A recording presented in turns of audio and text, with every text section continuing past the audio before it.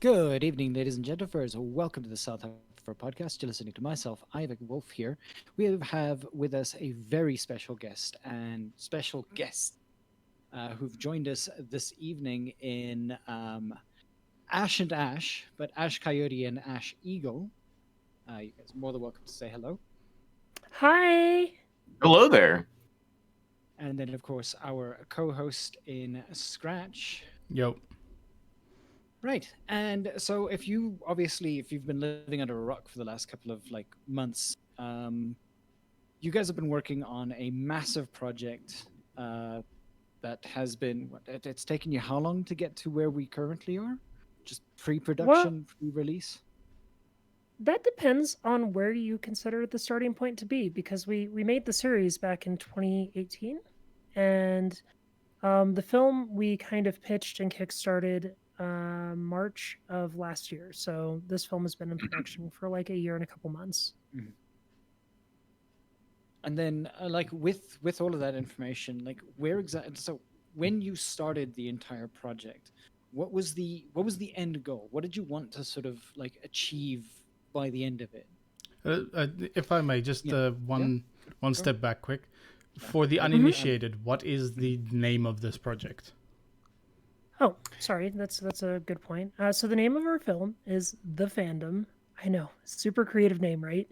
But it basically covers the furry fandom in its entirety, or tries to. We're trying to address each like the groups and individuals and interests within the community. It started as a web series and is now coming out as a feature film of the same name, slightly different subject matter.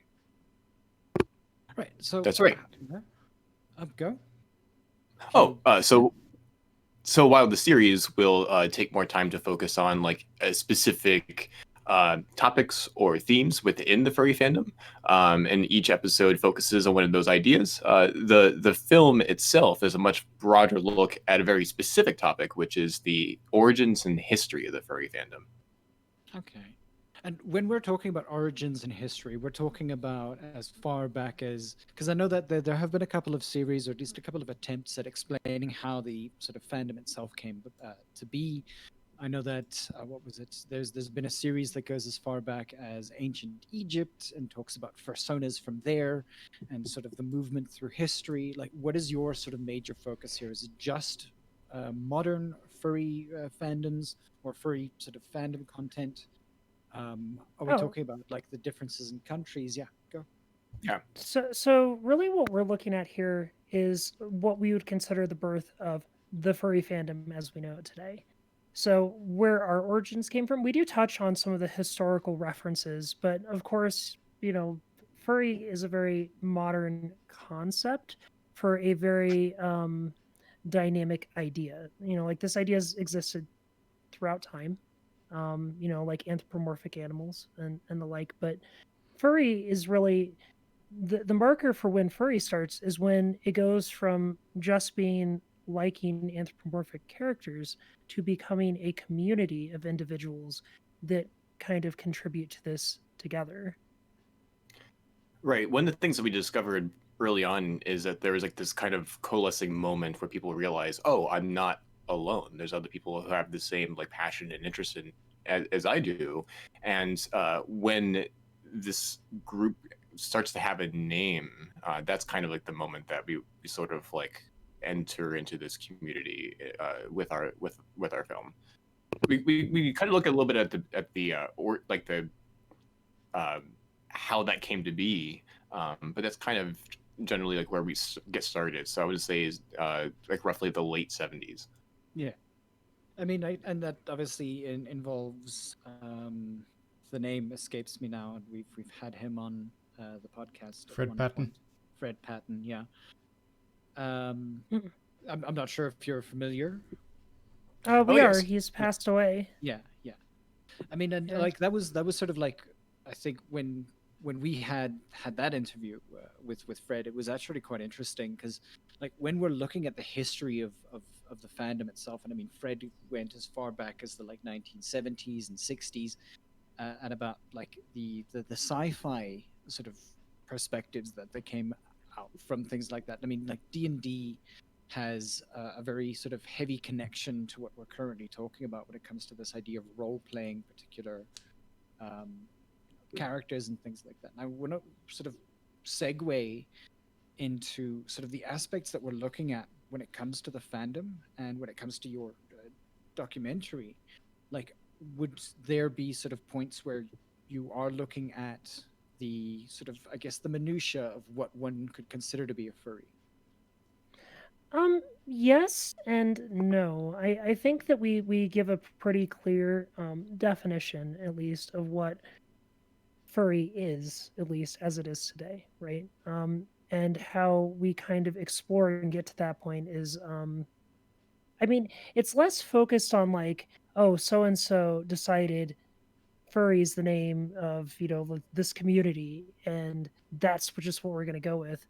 No, it's more focused on the individuals that kind of came up and kind of pushed it to that point. So take people take individuals like Steve Galacci, for example, who created Albedo, and um, Reed Waller, who did Omaha the Cat Dancer and stuff. So early works that eventually became hallmarks of the fandom that really helped to elevate it and build the community back in the 70s and 80s. Right. So, and as we sort of move through time, and I mean, I know that, like, what's the word? Other documentaries that have been out there tended to be either, what's the word? What makes your documentary different from the way that documentaries have been released over the last couple of years? What do you mean, like Yeah. why our release is different, or are you asking like what makes our documentary different overall? Yeah. What Sorry. makes it unique to, say, some of the other ones that are out there already? Like, what was the sort of reasoning behind wanting to do this? Okay, so I'll answer, and then I think Ash has a even better perspective on this one. So mine will be short. I think what really sets us apart with this particular film from the other documentaries that have come out. Mind you, we have had one or two that have been created from within the fandom. So, access being that, like they could get in front of the right people to talk and interview. But as far as our project goes, really what we decided to do was focus in on the history of our community in a way that kind of elevates the concept of furry. It addresses all the questions that the quote unquote normies might have. What is furry? Is it just a sex thing? Like where did this come from? Why does this exist? And it sets it also against the contemporary community. So we get to see where we started and where we are today. We try not to focus too much on like the controversies, though we do touch on some very dynamic and interesting personalities through the film, and some of their conflicts that arise from that, egos being the way that they are. But I mean, generally speaking, I think we really tried to just create a piece that was different. Yeah, if I can jump in on that, I think a lot of the films that I've seen that relate to the fandom, even works that I've worked on in the past, have had a lot to do with the explaining the what, like what is this thing, but not a lot of them explain like the why and like the I think the driving passions for like how this community got organized in the first place, where it started as kind of sort of like a grassroots kind of feel, where it was just a group of people who said like this is something that we care enough about to like attempt to make our own like convention around it and see if like that can actually take off. And it's like the risks they took and like the challenges that they faced are what sort of set the groundworks for this scene that is the fandom as we know it today. And when Ash initially approached me with the idea of this film, I was thinking to myself, well, I really don't know that much about our history. There have been like attempts to like try to trace certain things back, but in terms of like a digestible like feature kind of like experience, I haven't seen this explored before. And because we are members of the community itself, we were fortunate to have the access to track down some of the founding members of our community, and they were willing to speak with us because we are members of the fandom. They felt that they could trust us, and we were just really honored to be able to share their stories to show how this whole thing got going. Because I think a lot of our contemporary furries just don't know the story. I think many people assume that the fandom got started maybe like in the late 90s or kind of like around like the internet era, but the truth is there were many conventions or many events, like gatherings of people at room parties at science fiction conventions like years before that, and that's just not talked about very often. So we're hoping to bring a lot of that to the surface using incredible archival footage that we were able to get from many furries who basically documented almost everything. So we were not only able to explore these things, but we're able to show a lot of it too. That's really really good, because I mean, like, those are things that I think we should be very interested in. If we don't, what's the word, if we can't look at our history in one way or another without sort of like losing anything. And I mean, I think that was something that was very important, because I mean, we sort of touched on Fred Patton, for instance. And fact of the matter is that losing him as what could almost have been considered to be a keystone to sort of our history, and that sort of connecting point, it's pretty devastating, honestly. Especially It if is. there's especially if there's no one to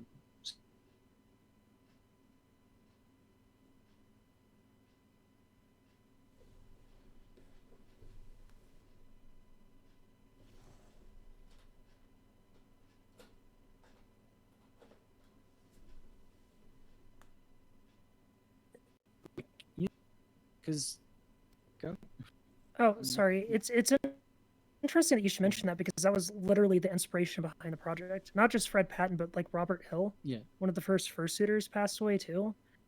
My husband Chip, who was the producer on this project, has been in the fandom since 1991, and he was really the kind of driving force that kind of pushed this all forward, because our history really hasn't been documented. Not in like a way in which people can like easily see and understand. I know Fred Patton wrote his book, which was pretty much like a dictionary of events and stuff, chronological and whatnot. And we looked through that.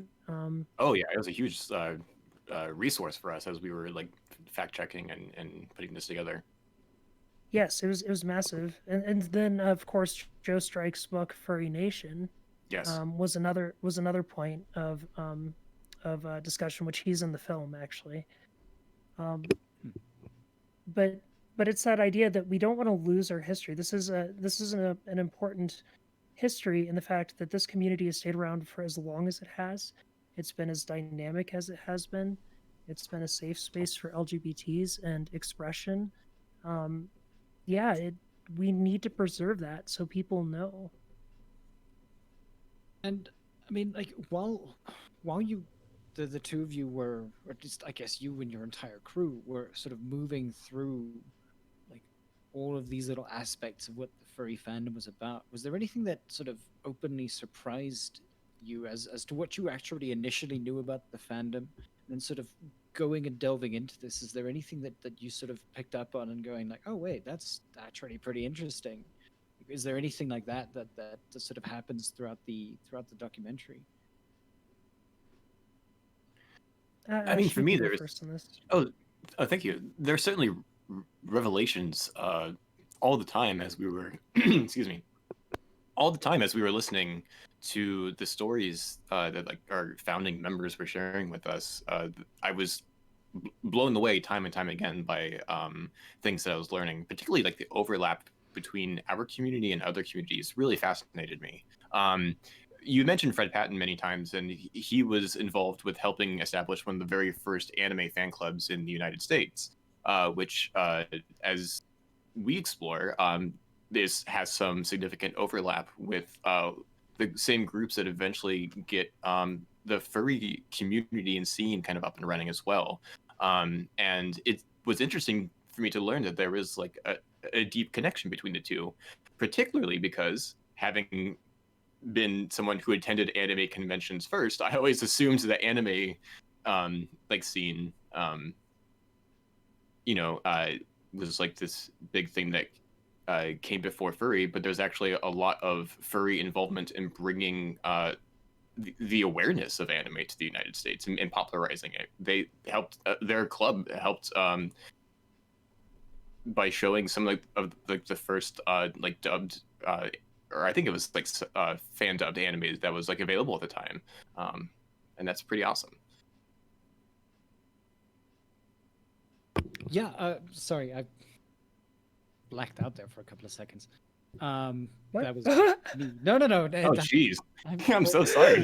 He does that from time to time. Just you're gone. You got me ranting about history, and then I was just so. No, I'm not saying that was bad. Like, I absolutely enjoy, like, for me especially, because the way that the way that the fandom itself, it's literally one of the reasons why we sort of have the podcast as it is.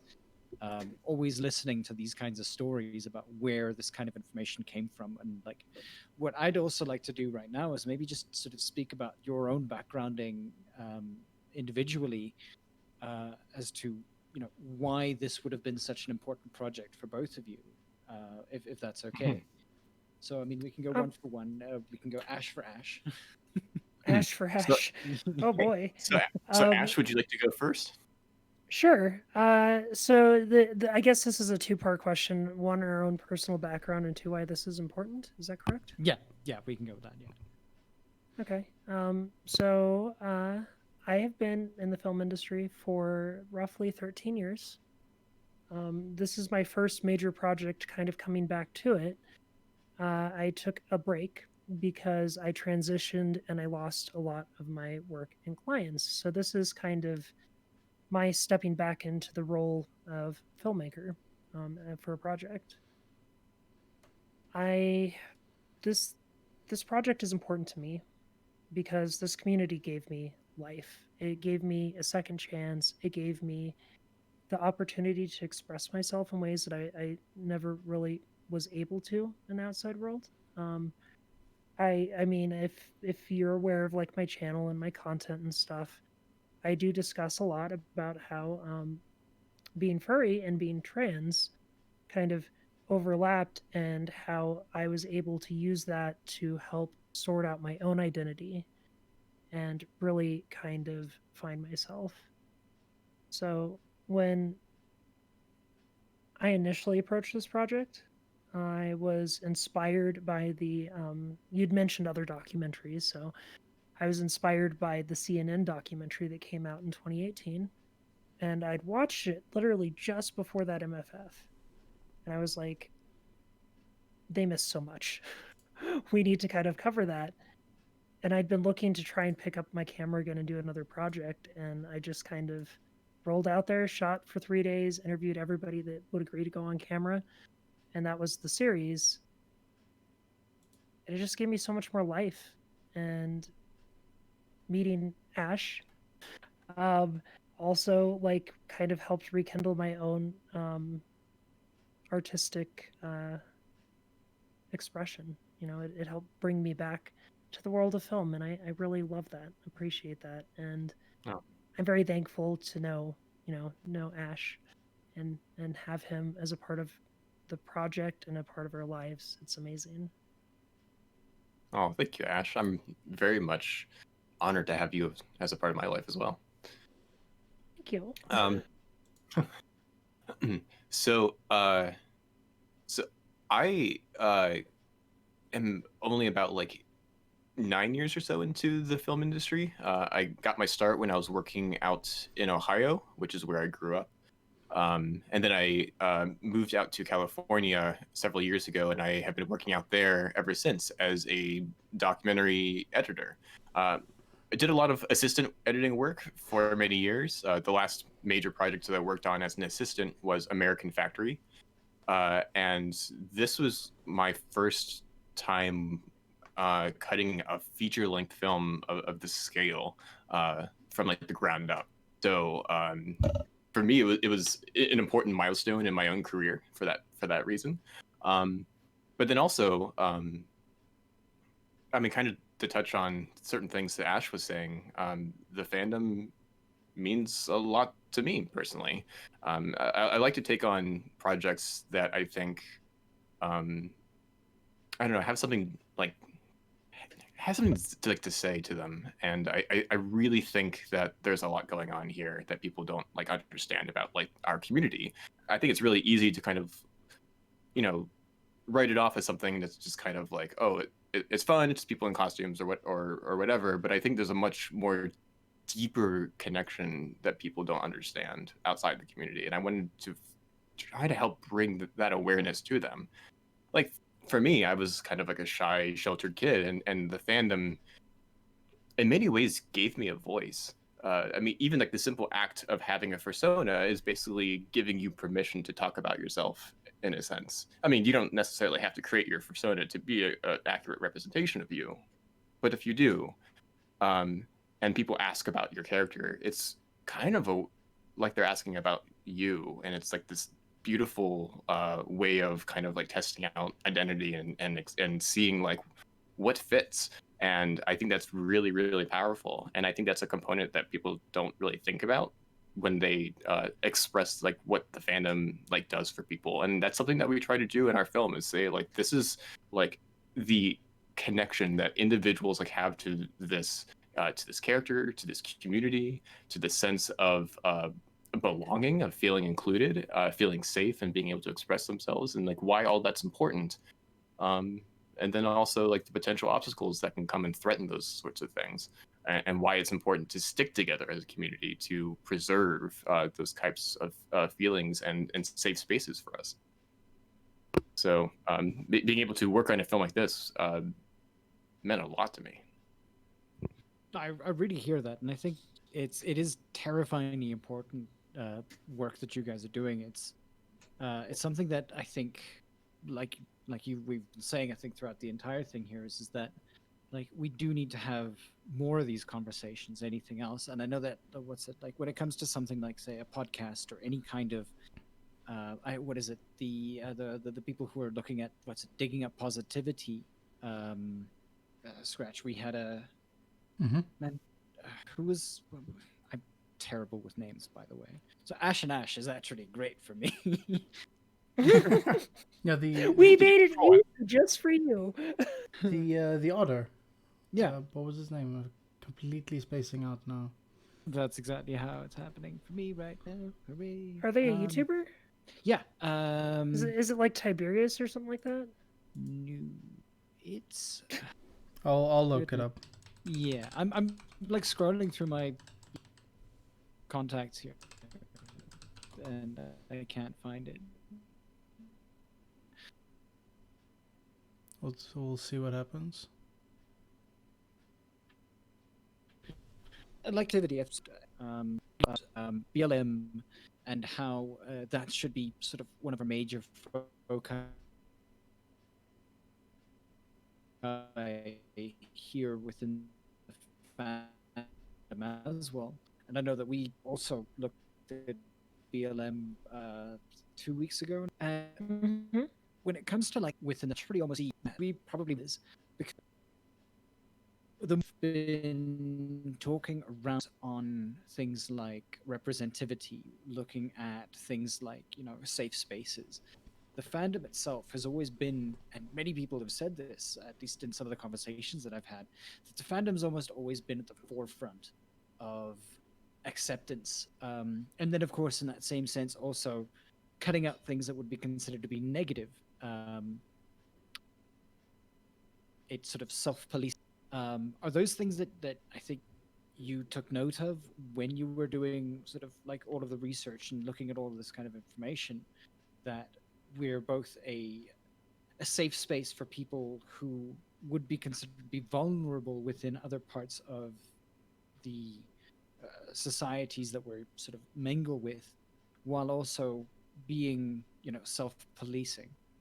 Is that something? Oh Yeah. yeah, I would say that's actually a significant part of our framework of exploring the fandom is like the way that we have established ourselves, but then also the ways in which the fandom has had these like narratives and questioned its own narratives about like how do we represent our own identities, particularly when the media got the non-furry media got involved in like the 2000s with things like Vanity Fair and CSI and that kind of thing. Those spurred on a lot of questions about like how do we want to present ourselves to the public. Well, So I and, think and we even kind of building off of that, we're talking about, like a community that is predominantly LGBT, right? We exactly. have almost 80% of the members of our community are LGBT. 12% are trans. I mean, those kind of numbers don't exist out in the real world, right? Like that's, what is the statistic? Like it's like 1% or something like that of the population is LGBT, or is it 10%? I forget, but I think it's of like of the U.S. Population approximately like up to like 1%, but it's yeah, not even a full percent. yeah, it's not a Self-identified. very significant number. Yeah, and like we are, a community that is predominantly LGBT, which is arguably a minority in our country, and it is definitely, it's factored into everything that we did in this film. Like that's a major aspect of it. But also with the inclusivity of the fandom has brought in like its own set of complications. I think someone in the film says something to the effect of like we could all sit around and discuss like Daffy Duck, but like once, but the fandom also attracts every stripe of like the political spectrum. So there's different ideologies that are united because of this like separate common interest, but now they are in the same room and have to you know figure out how to negotiate that, and we see that Yeah, play out at different times. I think in our fandom and then also in our film. yeah, especially as of late with political ideology being kind of the major flashpoint that we're dealing with. We do discuss some of the alt-right movement or in the fandom and how it's affected us as the community that we are. We definitely touch on a lot in this project. I think also just as filmmakers, it's important to look at your film as like a kind of a cultural mirror. Like, it's what is this film like saying about like the cultural zeitgeist right now, and like how we like know the world and understand the world, and one of the things that is important right now is politics, and that's certainly part like politics are life, and even in things simple as this fandom, I think like our film shows like how like different ideologies and opinions can create rifts, and then hopefully what we stress is that coming together and trying to look past differences and finding ways to like stay united and to look out for one another actually can foster like these amazingly positive creative environments, and hopefully our film is kind of a beacon for that kind of like forward progression. No, I completely believe that, and I think I'm going to say I think one more time, but one of the one of the major things that, and it's literally, I mean, like, what's it? I think, there we go. So we have 4 people in chat currently, and I think I'm gonna hook on that for a couple of seconds, but the collective experience within the fandom is already what 50 years just between the 4 of us, probably a bit more than that. I mean, like Scratch and I have been around since 2000 and Early. 2000 and early, 2004, 5 no, around there, yeah. 2004 to 5. So it's like we definitely have, I think, a late middle-aged person sitting here just by experience within the fandom itself. And one of the most interesting things is that, like, whereas when you're looking at anime, say fandoms and a couple of other fandoms, you find that and maybe also within the brony fandom, you'll find that the average age dies off after 26. But within the sort of furry fandom itself, you'll find large amounts of people at the ages of 40, 50, 60 and up who have been with the fandom for long enough to both be, I guess, sometimes directional pointers, and then people that we admire as storytellers, say like Uncle Kage, who, thank goodness they're still with us, kind of like things that we can have these moments where we can sit down and listen and go like, wow, okay, that happened back then. And it's definitely sort of good to be able to still have that connection, because I mean, if you look at the brony fandom, it's a lot more broken as an ideology, that there's no sort of like silver lining between, I think, generational parts of of the fandom itself, obviously because it's technically young, but only in as much as that we can probably still look back and go like, okay, cool, there was the 1980s generation, the 1990s generation, there was that gap between then and there where the bronies themselves were, it wasn't as good as a series. But the thing is that bronies exist specifically because of the series, whereas with furries, we exist because we exist through one another. We create Right. those series. Yeah, go. Oh yeah, I mean, like I think that's really, exactly what sets us apart from every other fandom-oriented community out there. You hit the nail on the head. We are a community that are fans of each other. We're not based in corporate media. We are not really based off of any like one series. It's not like the Star Trek fandom that when like whatever current Star Trek series ends, the population drifts off. And I think that that's really intrinsic to our longevity as a community. I mean, that's why we've seen people who've literally been in it since the 70s, still a part of the fandom today. It's not to say that the occasional corporate bone being thrown our way is not accepted or glommed onto. If you take like how many people cite early Disney as their inspiration for getting into the fandom or looking up the fandom in the first place, kind of stuff. I mean, like we've had very recent controversies in respect to the Brazil Fur Fest, for instance, connecting with Converse. Converse, yeah. And Yep. but those are all integral parts that if and like I don't know, I would agree that if a convention wants to be able to, see itself as a viable, monetary or funding sort of strategy that involves a larger company, then they can do the thing that they need to do. And I don't think that things like that shouldn't be looked down upon, especially if the connection with, say, Converse isn't going to harm the fandom overall.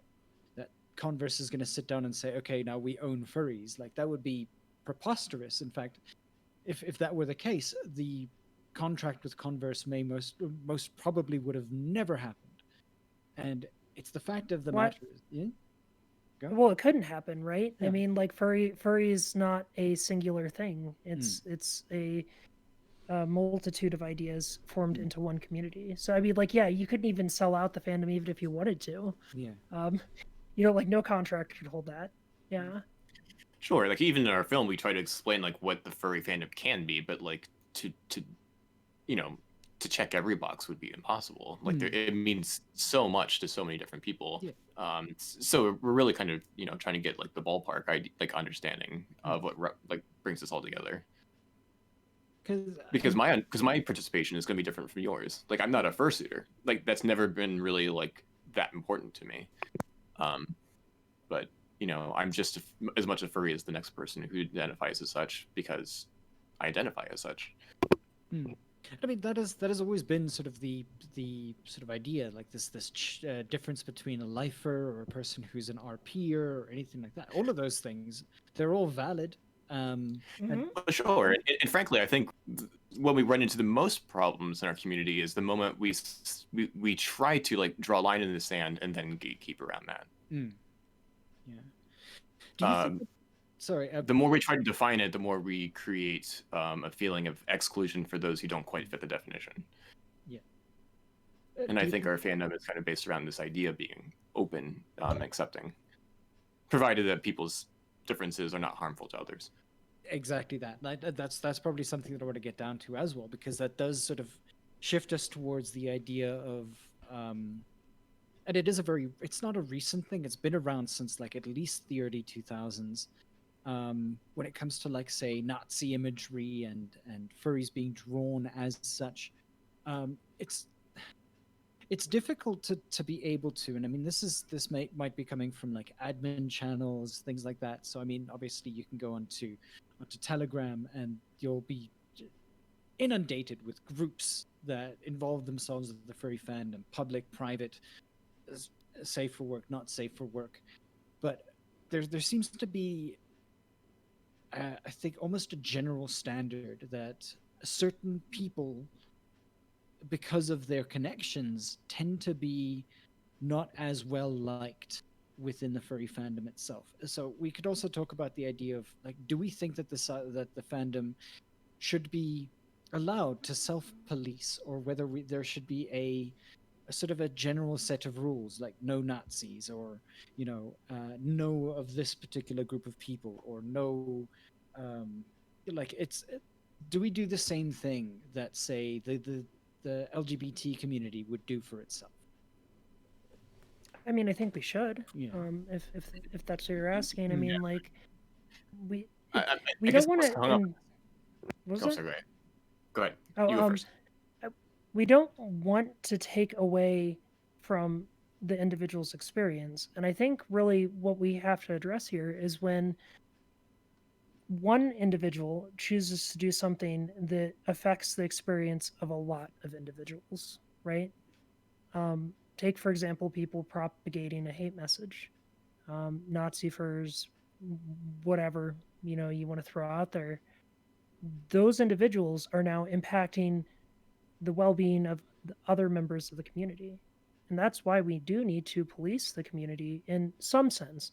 I'm not saying that we should put up barriers of entry and completely exclude, but I mean, people need to understand that what they're doing, their actions have an effect on other people's lives.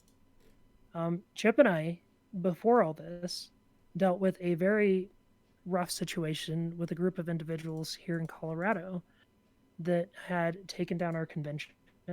Um, we do talk about that in the film, actually. They had basically shut down every single public event that we had because they were walking around with their little swastikas and stuff. They had, sorry, it's hard to talk about a little bit, but like we'd received death threats from them personally. Like, that's not okay. That should never be okay. That shouldn't be a part of our community. I don't think for 1 minute, like that this is like a point of even really politics. I mean, like we're talking about something that has historically been viewed as bad, right? And that continues to be that way with the individuals and the way they choose to portray it and push it and like try and harm others. So, yeah, absolutely, we should keep those individuals out of the fandom. Yeah, like I was just gonna say, like I'm less interested in the specific semantics and labeling of like individuals and groups and things. It's more of like behavior. Like if you're doing something that's harmful, that's destructive, that limits the ability of others to enjoy themselves and feel that they're able to be safe. I mean, that's the kind of stuff that we should be watching out for. I don't think necessarily we have to like put a specific like this group is allowed, this group isn't. It's more of just, I don't know. We have to like be mindful of like things that are healthy for the community.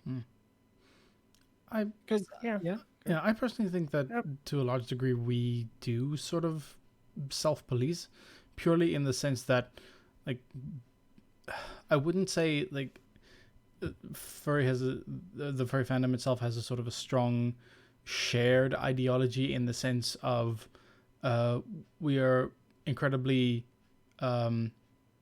accommodating to others, and anyone who comes in with a message of exclusion or hate or anything like that immediately like trips a switch somewhere in the majority of the furry fandom's collective conscious and says this is not okay, and therefore we sort of drive them out. I mean, the idea, no one sort of stuck a flag in the, no official body stuck a flag in the ground and said like no Nazi furs except for Eurofurence with the Nazi furs fuck off thing. But yeah, it's, yeah, like I said, there's such an ingrained shared consciousness in us that says this is not okay, we need to fight against this.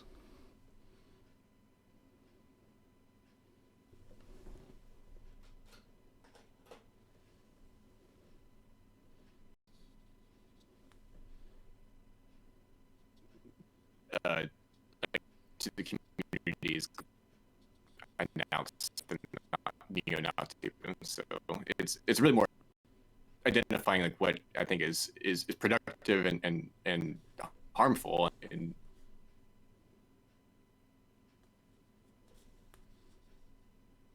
trying to this and most productive. And it's like it's that entire idea. Like you look at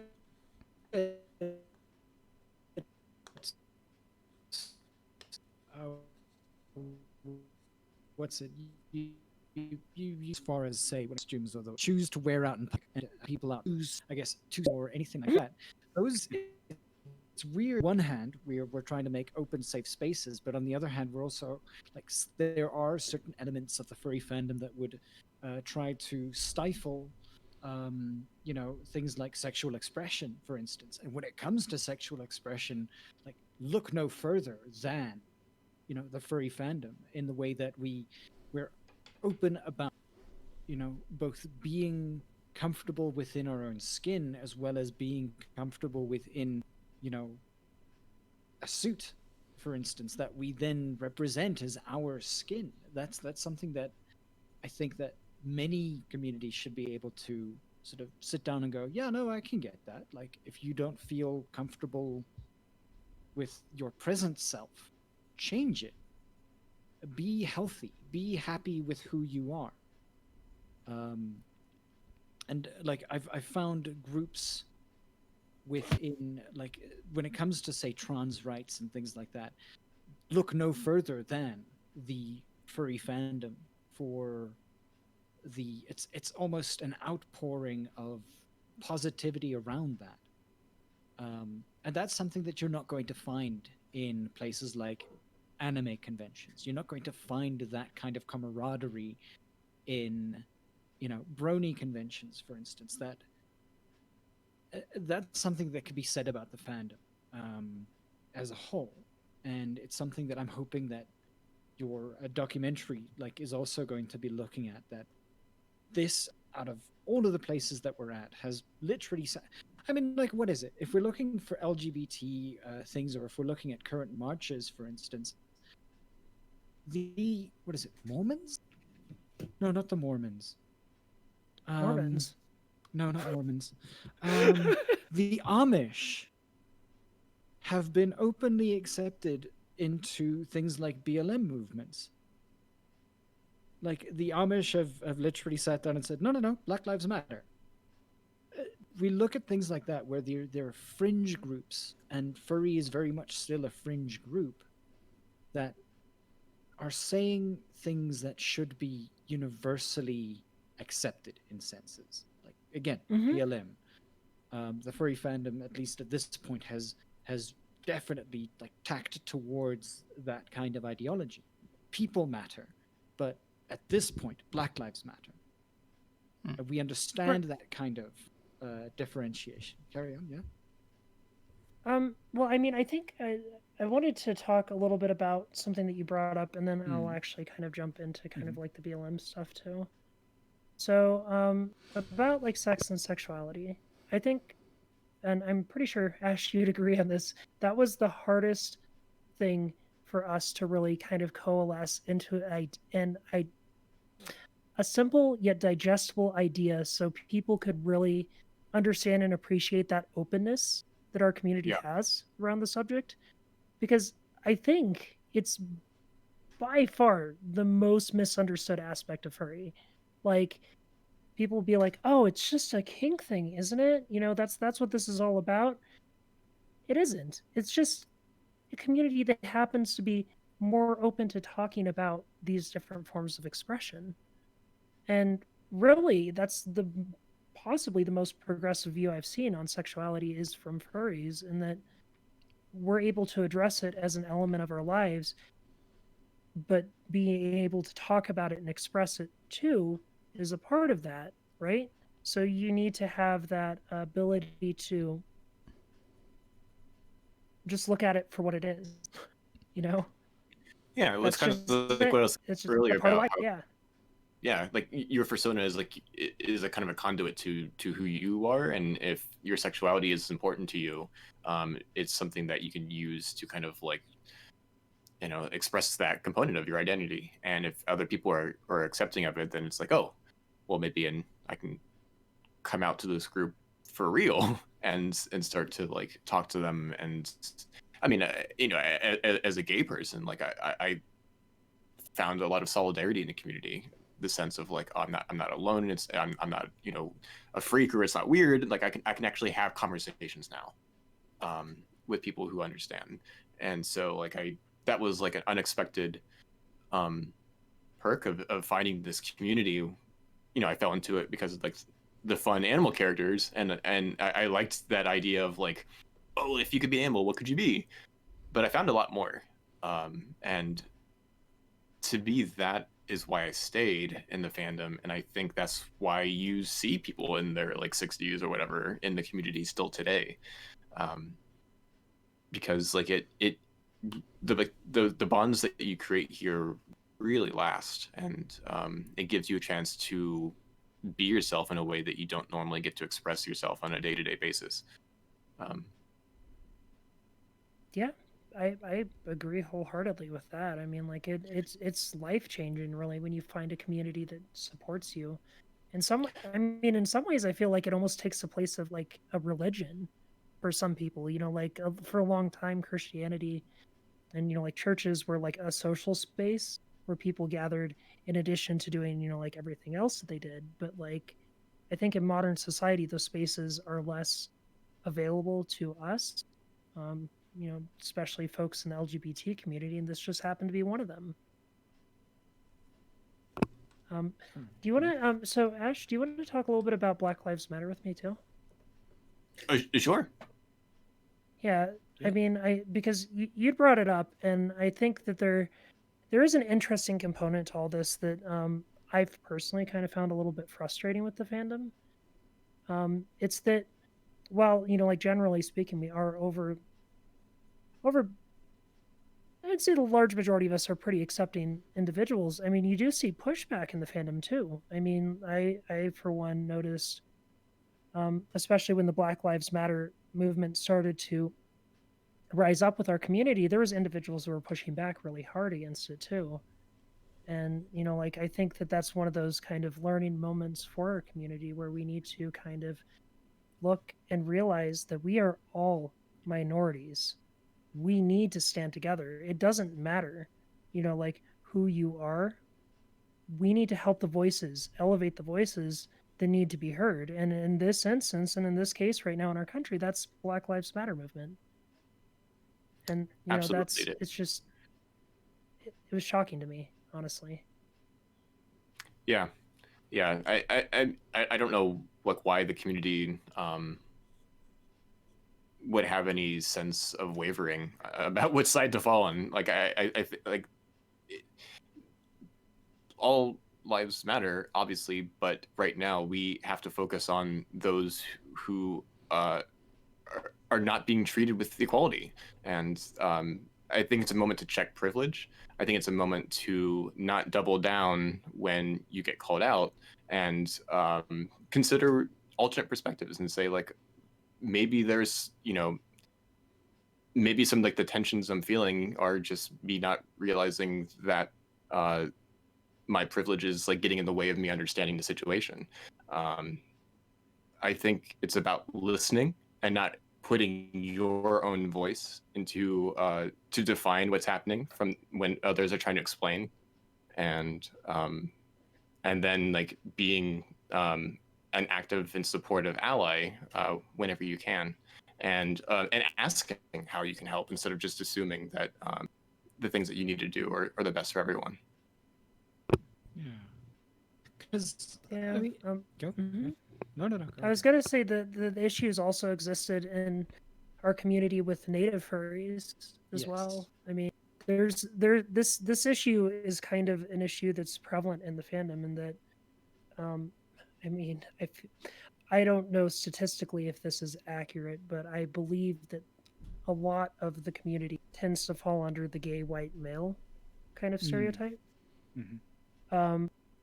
Which means it's very easy for individuals to miss that, maybe some of the things that they're doing aren't quite right, and aren't respectful of others' identities, beliefs, and or cultures. Yeah. So Go. yeah, you can go. Yeah. No, I mean, like, and even when we're talking about like people who, and that's one of the other things, and I think that it's definitely something that the fandom does a lot more readily than say other groups. I mean, if we're looking Mm-hmm. at the trans community, for instance, there was a person who, if I'm not mistaken, this is I'm not sure if we should edit this out at some point or not, but I'm going to go with it. There was a person who used to, and I think they were a porn star. The Mangina Man was his name. What? Yeah. Okay. Continue. So Go on. transition. I'm not. I actually can't remember if it was F to M or M to F, but definitely a porn star. And I know that the only reason why I know about this person is because back in the early or like mid 2000s, I had a friend of mine who was busy transitioning themselves, and they showed me like, hey, look at this. This is something that I want to be able to do. And I was like, wow, that actually seems quite interesting. Now 20 years down the line, that same person is being sort of lambasted for stating particular things about trans rights that are different to the way that we used to understand them back then. Again, they called themselves the Mangina Man. That was Uh, acceptable back then. that is quite a fascinating quite a fascinating name. It's interesting. Hmm. I will say this. So like this is my own personal experience, Yeah. and like this is me just kind of sharing a little bit about my past.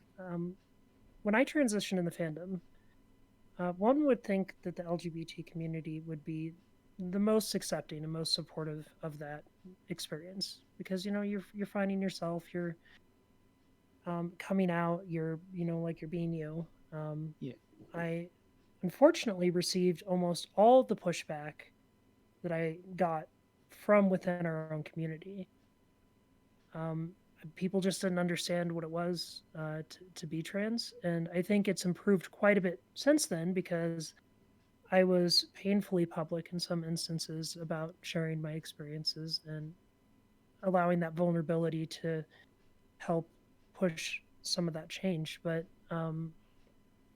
I it's a difficult thing. I mean, like, not everybody is going to understand the complexities of these interpersonal journeys that we all have to kind of go on. And when, like, the collective knowledge of the group is one way, which, by the way, I would have considered myself to be a gay man before I transitioned. My husband and I had been married for 5 years at that point. And I'll fully admit it, I didn't completely understand what it was to be trans until I really started to have to accept myself and my own identity. Um, I think a lot of people go through that, and I think a lot of the pushback ultimately was actually tied to the fact that by questioning my own identity, it forced others around me to question their identities as well. And sometimes you find stuff that you're not quite happy with or that confuses you. And sometimes when that happens, you lash out. I don't think that's okay, but like that's a story for another day.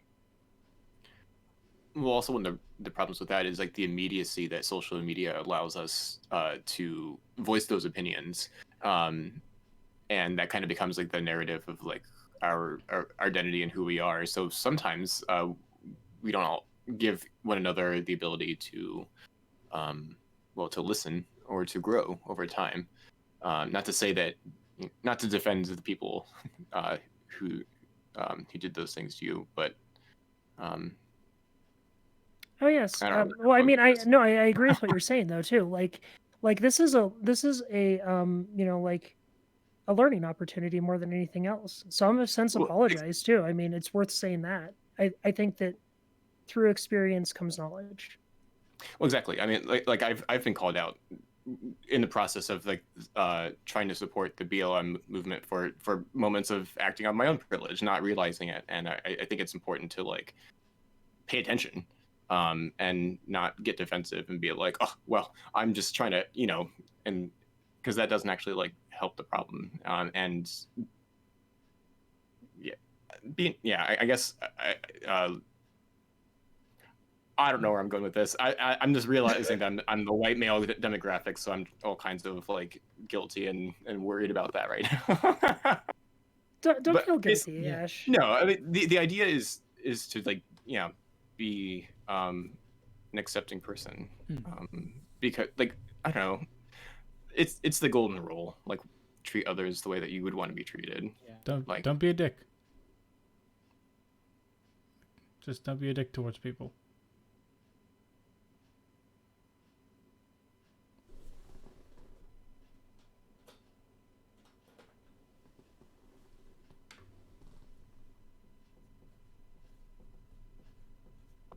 It being a human work.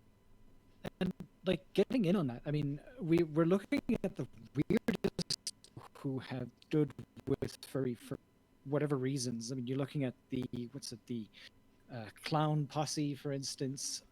Is it ICP? Yeah. Yeah. I still don't know what ICP actually does aside from run around in makeup.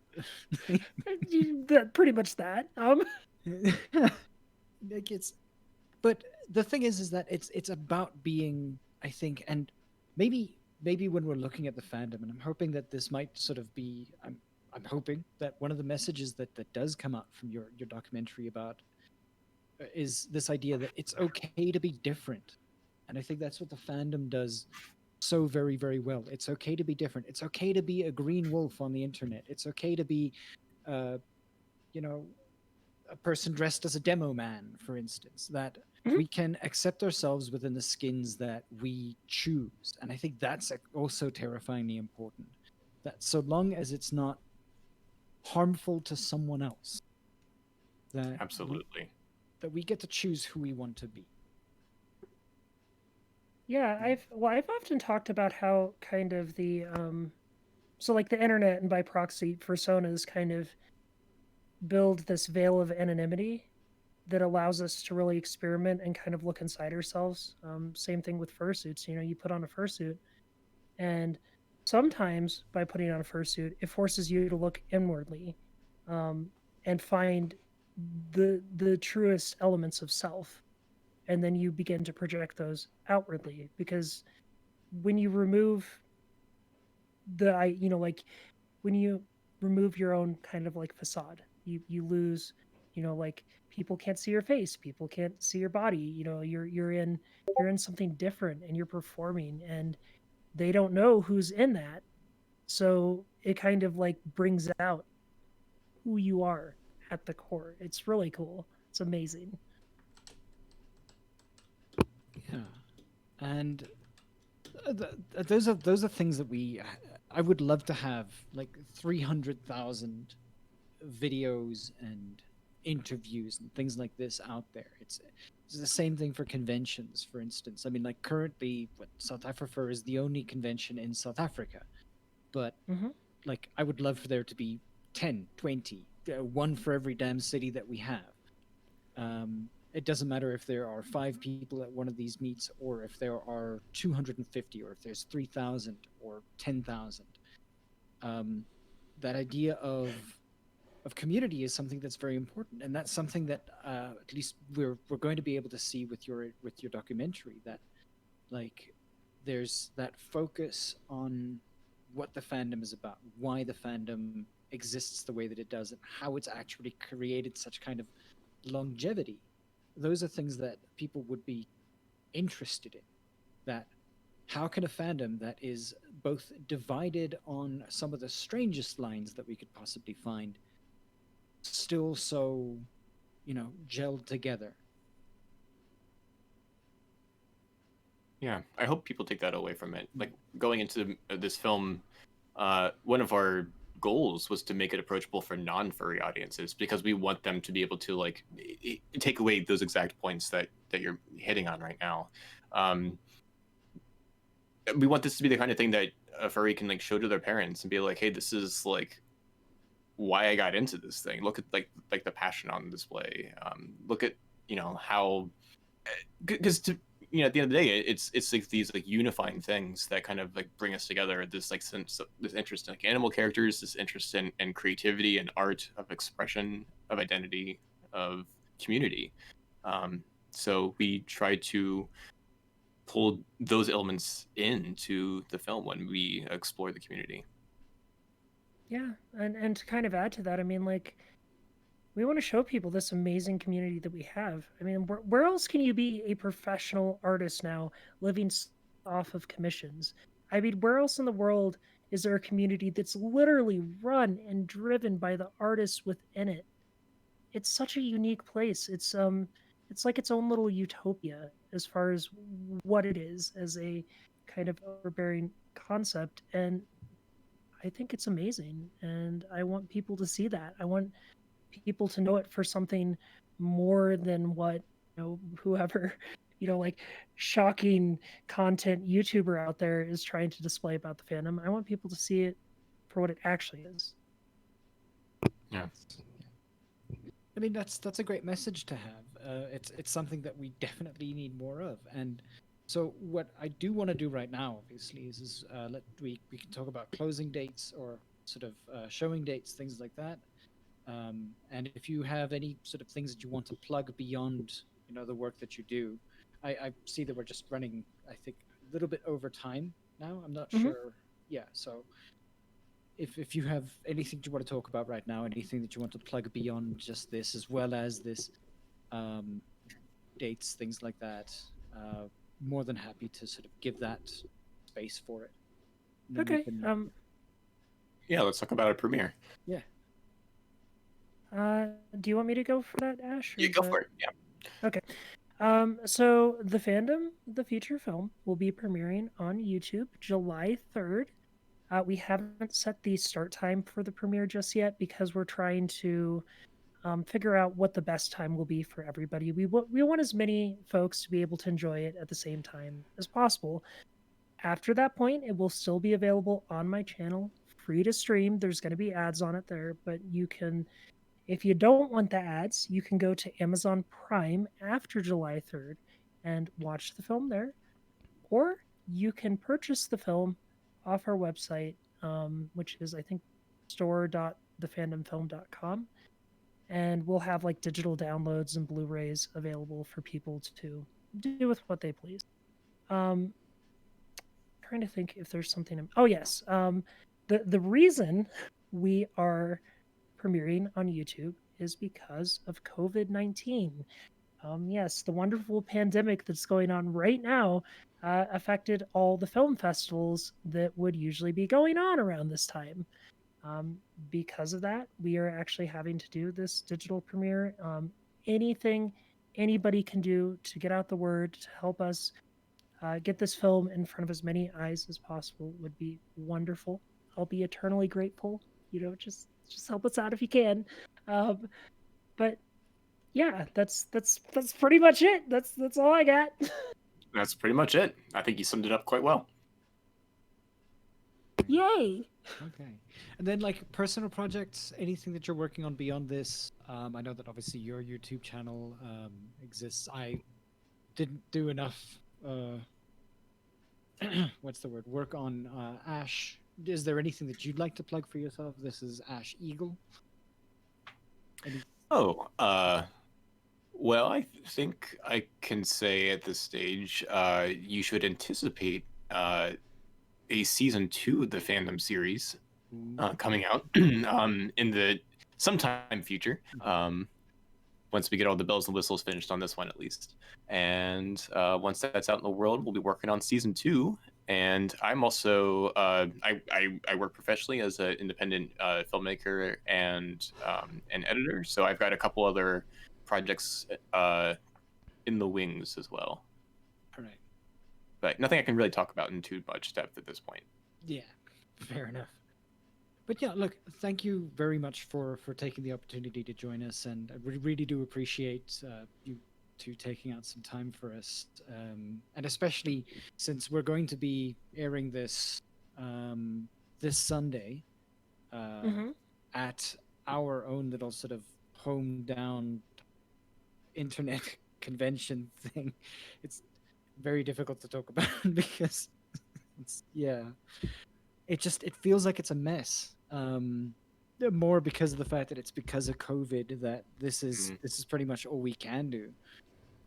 Many conventions are just shut down right now, and we just need to be able to find different ways of creating community, and being able to talk about this, being able to talk about positivity within the fandom, that it definitely is. It's awesome, and we thank you very much for all the kind of work that you're putting into this, not just in respect to the film, but also in respect to the presences that Ash, you obviously have online as well.